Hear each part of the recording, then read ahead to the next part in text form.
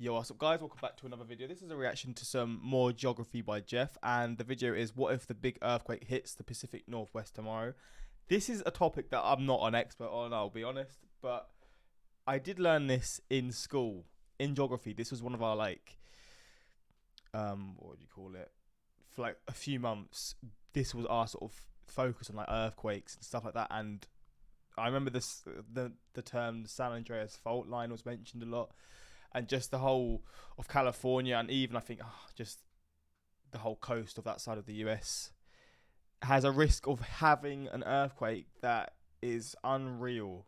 And I think it's due as well. I think it's overdue, so it's gonna happen at some point. And I mean, yeah, are the buildings in that part of the US built to withstand earthquakes? Because obviously in Japan, because they face them so often, they've literally structured their buildings to avoid them collapsing because of how often earthquakes hit. But I don't know if LA or California or Seattle, I don't know if it reaches up to Seattle and that high up, but are they built to withstand that sort of thing? I guess they get smaller earthquakes there all the time, but like big earthquakes, are they built to withstand that? I don't know, but I guess he'll go into it and explain it, maybe go into those details as well. But we're going to jump into this and see.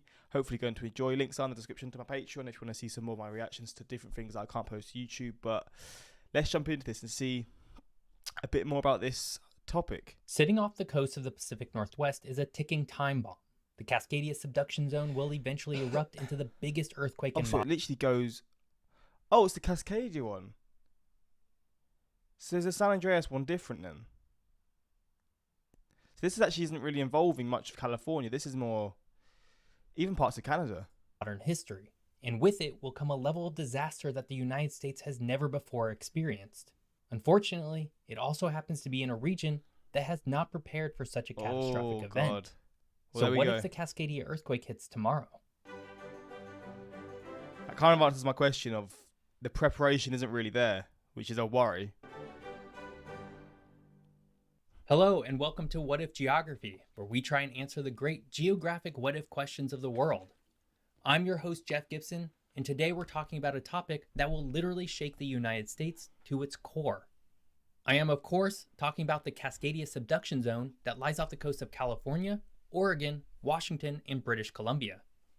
So bolt yourself to your foundation because it's going to be a bumpy ride. History and context. Most people in the United States know of only a single fault line, the San Andreas fault line in California, and for good reason too. Every once in a while, the San Andreas fault line sends a little shake through the spine of California, rattling people and, depending on its... Oh, it goes right under San Francisco. I mean, I guess there's been a few situations where you can tell how badly hit San Francisco has been hit, for example, but it literally goes directly through the city. Mood, causing upwards of billions of dollars in damage. In 1994, a 6.7 magnitude earthquake struck Los Angeles, causing somewhere between $13 billion and $50 billion in property damage. This is in addition to 57 deaths and 9,000 injuries. It is still, to date, one of the costliest natural disasters in U.S. history. But while the San Andreas fault line is much more active, it really pales in comparison to the Cascadia subduction zone fault line that extends from Northern California to British Columbia. This is because the San Andreas fault line has an upper limit of how powerful it can get. Every fault line has an upper limit, and the San Andreas fault line caps off at about an 8.2 on the Richter scale. So still insanely high, but I guess this one's even higher. It's also crazy how they can predict this stuff. How can they even manage to do that? The Cascadia subduction zone earthquake can go to at least a 9.0, and potentially much higher. That might not seem too different, but because earthquakes are measured on a logarithmic scale, a full point higher can be many, many, many times more powerful. To put this in perspective, a magnitude 6.0 earthquake will typically only last a few seconds. A magnitude 7 earthquake for about 15 seconds. A magnitude 8 earthquake for about 2 minutes. So 9s will go on for more than 2 minutes. Imagine that. Oh God, imagine how scary that would be. What was the one that hit Turkey? Let me just search that. Oh, where's the mouse? Turkey earthquake. Would it say magnitude 7.8? Let's just make sure that is that. But I guess it is 7.8. 5.2? Okay, everything's just changing. Unless it's just low, like.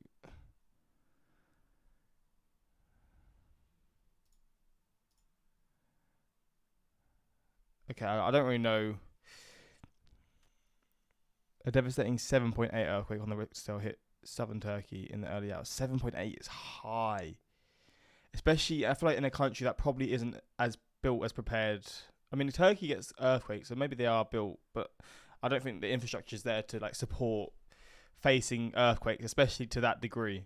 And a magnitude 9 earthquake for at least 4 minutes. Oh my That days. 1994 earthquake that caused upwards of $50 billion in damages lasted somewhere between 10 and 20 seconds. For The 10, 20 Cascadia minutes. subduction zone earthquake at a magnitude of 9.0 would shake for much longer. And the reason why the Cascadia subduction zone fault line is so much more powerful has to do with the way the two tectonic plates are meeting. You see, the Juan de Fuca plate is slowly sliding underneath the North American plate, or at least it should be. The reality is that the North American plate is kind of stuck. So the Juan de Fuca plate is continually trying to press under the North American plate. This is creating a lot of built up pressure and energy in a similar manner as if you were to pull a rubber band all the way back. At some point, that energy will snap and release itself, causing what is likely to be one of the largest earthquakes in modern history. Wow. The last time this occurred was on January 26, 1700, and the earthquake is estimated at somewhere between an 8.7 and 9.2 magnitude. If we go back even Fuck living there, man. Just the fear of it eventually happening. I'm good. further, we can see that there is typically an average cycle of about 500 years in between. And it's 402 years. Oh, it's not overdue yet. To be fair, it's not actually overdue yet, but it's around every sort of 400 years, I guess. Each earthquake. Today, we're at about 322 years into this cycle. This might make you feel safe, but remember that averages are just that, averages. The earliest estimated gap was just 390 years, and there's nothing really that says it can't be sooner than that. In 2009, geologists predicted a 10% to 14% probability that the next Cascadia subduction zone earthquake will produce a magnitude 9.0 earthquake within the next 50 years. Those are not insignificant odds. Today, Oregon, Washington, and British Columbia are scrambling to prepare for the inevitable Cascadia subduction zone earthquake. Prior to about 1980, there was no real idea to the dangers that the region faced. As such, buildings and bridges were not built up to any sort of code that would be able to withstand an earthquake. And unfortunately, they're all still very far from being ready. But before we get into what would happen if the mega earthquake struck today, if you're enjoying this video, now would be a great time to subscribe. More fun geography videos are just one click away. I'm hooked. Areas impacted. I mean, the fact that it could be so strong, I'm sure it would affect a lot of inland cities in the US as well. Would it reach as far as somewhere like Las Vegas? I assume, obviously, Las Vegas is lower. But just say that it was the San Andreas one. Could it reach as far as that inland America to that degree? I mean, I guess it wouldn't be like the buildings wouldn't like fall and stuff, but I assume you'd feel like some sort of things even that far away. The Cascadia subduction zone lies somewhere around 50 to 100 miles off the coast of the Pacific Northwest and runs about 620 miles from the northern part of California all the way through Oregon and Washington and ending off the coast of Vancouver Island, British Columbia. In theory, the big one could strike anywhere along this fault line. However, scientists at the California Institute of Technology have calculated that the southern portion of the fault line is the most likely location where the next big earthquake will strike. This would place the likely epicenter somewhere off the coast of Northern California up to about central Oregon. But how can they find that out? Regardless of where it hits along the fault line, the reality is that the entire region would feel it, literally. At a minimum, the major cities of Eugene, Portland, Tacoma, Seattle, Everett, Victoria, and Vancouver would all be impacted in some way. The Federal Emergency Management Agency is operating under the assumption that everything west of Interstate 5 will be completely destroyed. Oh my god. All really? told, it's estimated that over 10 million people spread over nearly 100,000 square miles will be directly impacted by the Cascadia subduction zone earthquake in some way. And depending on how close to the epicenter those people are, will determine just how impacted their life will be, not only for the moment during the earthquake, but for many years after. When the earthquake does eventually hit, the first sign won't be an abrupt and continuous shaking. Instead, a compression wave will emanate out from the epicenter faster than the actual earthquake itself, and while humans likely won't notice it, animals will, and in particular dogs. So for about 90 seconds, a loud cacophony of barking will erupt throughout the region as they get wind of something Really? happening. What? But also, thanks to a newly installed early warning system for Oregon and Washington, anyone with a mobile phone will likely get an alert as well. It may not seem like much, but those 90 seconds are enough time to automatically perform a variety of life-saving functions, such as shutting down railways and power plants, opening elevators and firehouse doors, alerting hospitals to halt surgeries, and triggering alarms that the general public can take cover. Take a look around your home right now and imagine that in 90 seconds, everything is going to come crumbling down, inside and out. Where would you go? Once the shaking does actually begin, the power will almost immediately go out everywhere west of the Cascade Mountain Range. From that point on, it will be roughly 4 minutes of violent shaking. Every window in your home will shatter, creating an incredibly dangerous moment as razor-sharp shards of glass literally fly everywhere. And unless your home is bolted to its foundation, which it probably isn't, it's going to bounce around your neighborhood and smash into basically everything else bouncing around the neighborhood. Wait, what? They're not bolted onto the ground. What? So that they could just be lifted up like that? That's crazy. What? Everywhere. And unless your home is bolted to its foundation, which it probably isn't, it's going to bounce around your neighborhood and smash into basically everything else bouncing around the neighborhood. At the end of those 4 minutes, your surrounding neighborhood will scantly look the same. It will be a level of devastation that few people have ever witnessed. But while your neighborhood has been shaken to its core, many more are actually now underwater. Oh yeah, the tsunami, because it's in the ocean. I was thinking that it's gonna like cause some crazy kinds of tsunamis. Tsunamis are perhaps the most dangerous natural disaster humans have to endure. And because the Cascadia subduction zone will hit under the ocean, it's absolutely inevitable that a tsunami will race out from the epicenter towards the west coast of the United States and Canada. Depending on the location, people will have somewhere between 10 minutes and 30 minutes to get out. People will need to literally drop everything and run for the hills. Today, along the Pacific Northwest coast, there are about 71,000 people who live at an elevation that would be demolished by the oncoming tsunami, also known as the inundation zone. While it's been illegal to build hospitals, schools, and firehouses in the inundation zone since 1995, many still exist in this area. In 2004, an earthquake-caused tsunami hit 14 countries in Asia and killed over 227,000 people. While 227,000? What? There are fewer people living within the Pacific Northwest inundation zone, the level of death and destruction will likely be staggeringly high.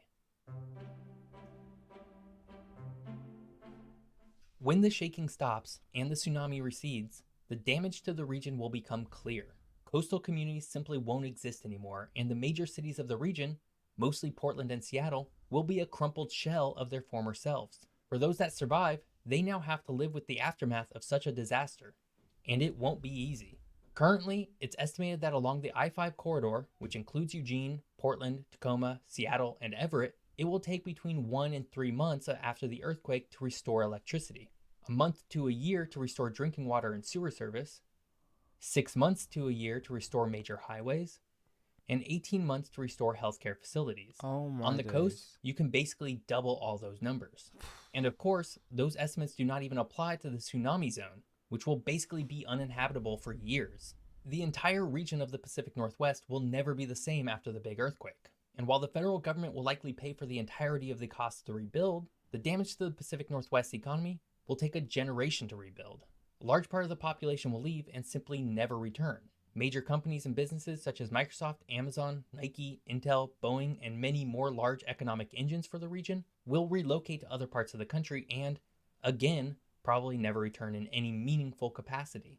The Pacific Northwest, for all its majesty and natural beauty, will turn into a bit of a ghost town, and it will be a very, very long time before it returns to any sense of normalcy. In all of this, the good news is that the Pacific Northwest still has time to prepare. In fact, the region could have 100 years or more. Today, both Oregon and Washington have taken a lot of steps to prepare for this inevitable earthquake. In 2014, Portland had 0 bridges that would survive the earthquake. Today, it has 2 lifeline bridges, and more are being planned and built as you watch this video. That's incredibly important progress. I hope you enjoyed. Well, there we go. As long as it doesn't happen too soon, maybe the outcome will not be as bad, but it is still just a brutal thought to just think of what could happen.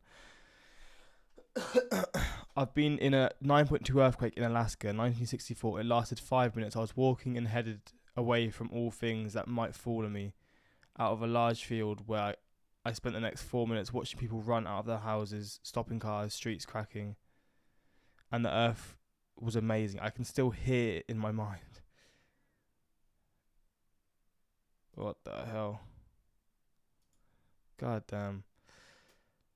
Yeah, I've never experienced an earthquake in my life, and I hope I never do, but it's one of those things that, to from one of these places, I guess you're used to them, or like you're having to prepare, but man, imagine facing something like that. Like your home can just be destroyed. Your city that you've grown up in can just be destroyed. It's just all that stuff. But yeah, the whole west coast of the US is screwed in a way that no other places really are. Where there's gonna be a point in time where they are gonna face some insanely high level earthquake. But yeah, this was interesting. If you want more reactions from this channel, let me know, and I'll be sure to do so. And yeah, until next time, like, subscribe, and peace.